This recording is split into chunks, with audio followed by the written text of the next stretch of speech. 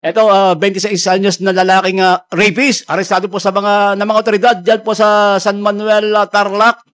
Narito ang balita ni Jude Briones. DZNU Radio.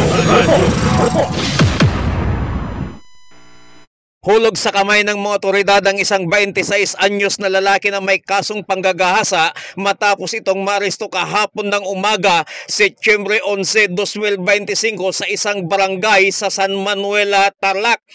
Ayon kay Police Major Zosimo Igzala Jr., Acting Chief of Police ng San Manuel Municipal Police Station sa lalawigan ng Tarlac, ay naaresto ang naturang lalaking suspek nang ihain ng kanyang matauhan mula sa intel na pinamunuan ni Police Staff Sergeant Aldrin Tavisora at ng 2nd Pangasinan Mobile Force Company, Tayog, Pangasinan, ang mandamento de aresto na inisyo ni Honorable Roslyn Andrada Burha, Presiding Judge ng Regional Trial Court Branch 53, Rosales, Pangasinan noong Agosto 18, 2025 dahil sa kasong rape sa ilalim ng Revised Penal Code na binago ng Republic Act 8353 na may criminal case number 8206-R.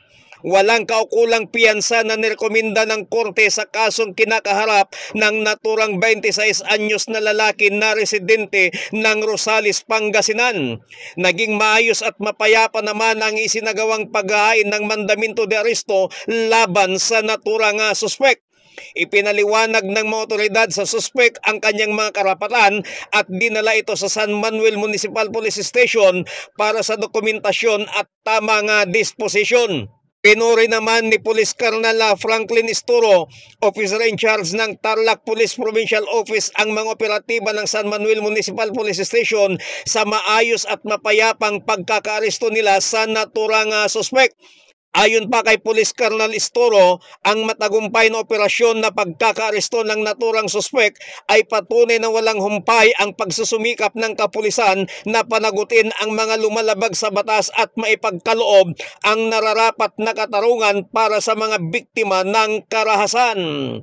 Mula dito sa bayan ng San Manuel, Tarlac, Jude Briones nagulat para sa Target On Air sa DZME 1530 ang Radyo TV. DZNU Radio. Maraming salamat kay Jude Briones. Ayan, live na live.